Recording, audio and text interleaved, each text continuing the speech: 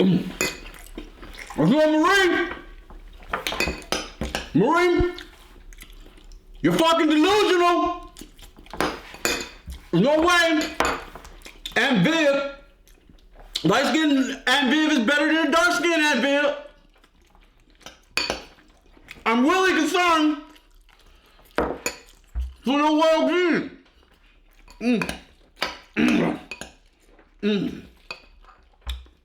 And another thing, if they never would have fired dark skin Aunt Viv,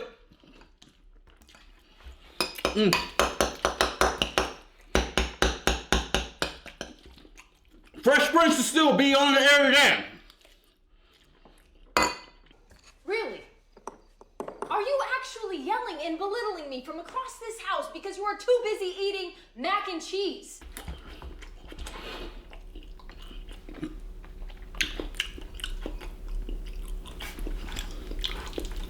You know what, Malcolm? If you're gonna treat me like an insane person and call me fucking crazy, the least you could do is do it without casually eating macaroni and cheese. How does that work for you? What does that sound like in your fucking brain? What a cunt. This macaroni cheese is delicious. What a cunt. I wonder if there's no more mac and cheese. What a cunt. If I could direct commercials for Kraft mac and cheese, I would. All I got is this dry ass mac and cheese that I'm trying to finish. Dude, at least gave me some goddamn juice.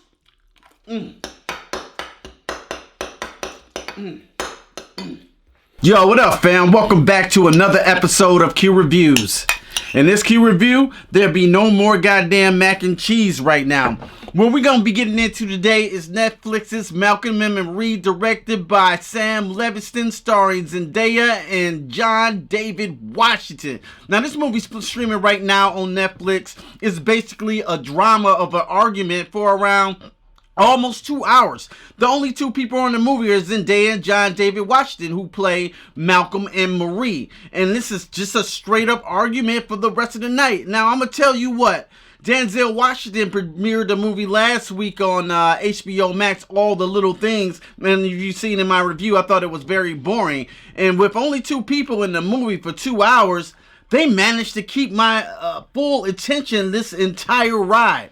First thing I'm going to say what I like about this film, the acting is superb. And the dialogue is superb here. The writing here is just genius. The writing's so good, it don't even seem like someone wrote this thing, you know? It just seems like they're going off the top of their head like real people. Zendaya is amazing. I think she should be nominated for an Academy Award when it comes around the season next year. And John David Washington here is actually fire.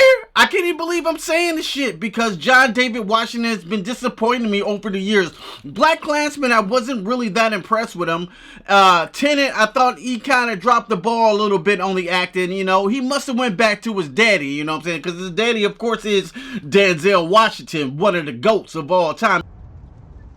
My nigga.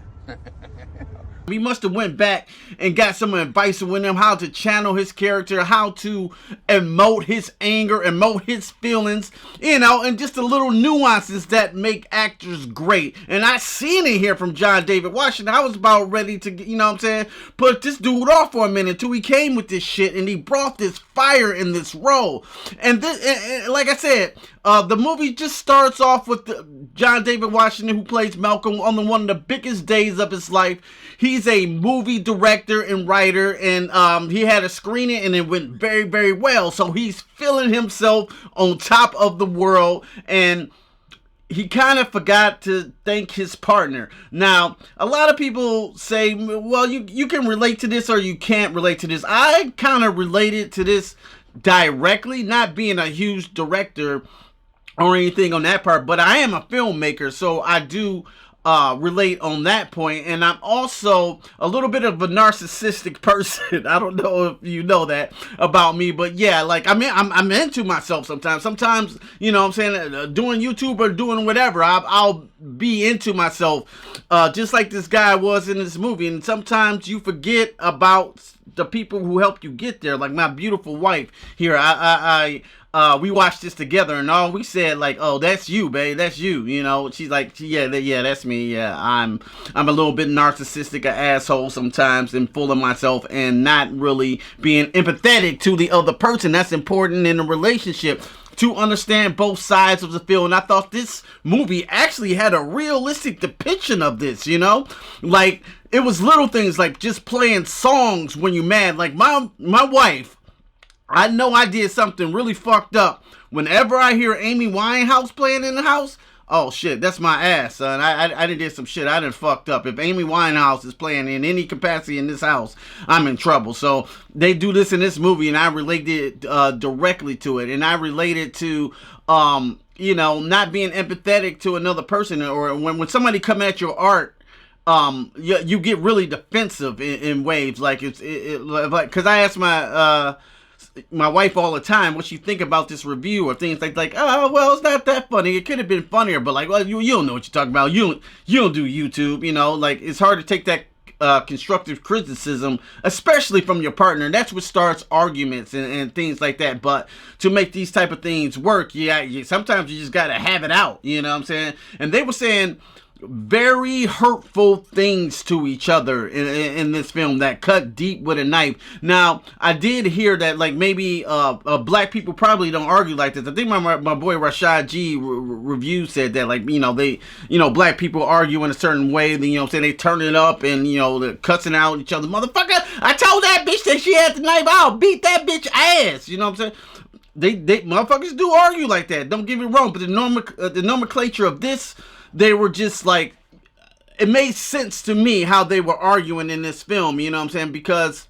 you know what I'm saying, they were very pretentious. Both of them were really, really pretentious. John David Washington's character and Zendaya's character was pretentious as well, because she wanted to be an actress. So the way they went at it with like wit and things that would cut deep into each other's personalities and psyches that really hurt, you know what I'm saying, that can really hurt, that can end the relationship tonight. I don't think they were going to be brawling out in a fist battle. I didn't see that for this movie, the whole movie. Not even as fucking hurtful and deep as Adam Driver in Marriage Story said to Scarlett Johansson. I ain't never seen a motherfucker cuss somebody out like that, by the way. Like Adam Driver cussed Scarlett Johansson out. I was like, God damn. But this was very realistic fight to me. This was just, you can tell they absolutely deeply care for each other.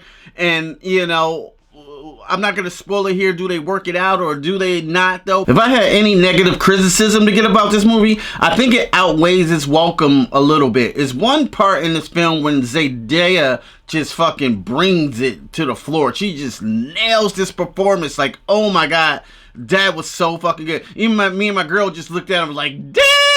You know what I'm saying? They like, that was it. You know what I'm saying? You know, I'm not gonna spoil it for you. You know when you get to the Zendaya part, like, God damn, that was fucking good, girl. That was good. Hercules. You know when you get to this part. But the only thing is, I thought when that part happened, the movie should have ended in the next scene. That's all I'm saying. But the movie drags on for about another, I would say, 10 to 15 minutes, where I think the film should have just stopped and it should have just ended there. I think it outweighs its welcome by a little bit. If that was the complaint. That's the only complaint I had. But the music and everything is great. The cinematography is great. The acting and the direction and the writing of the dialogue are the stars here. Like by far. Like, geez. Like, you know, this is Oscar award-winning shit. And it might not be for everybody, but I directly related to the arguments.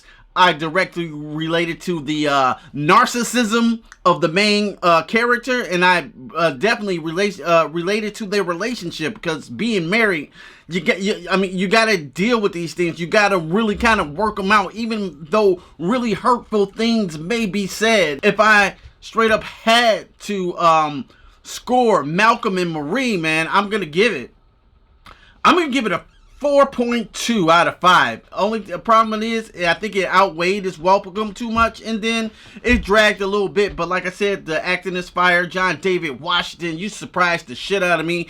Yeah, you got a bright future ahead if you can keep bringing the level of acting like you brought here in this film. Zendaya is a sight to behold. She is a star to watch.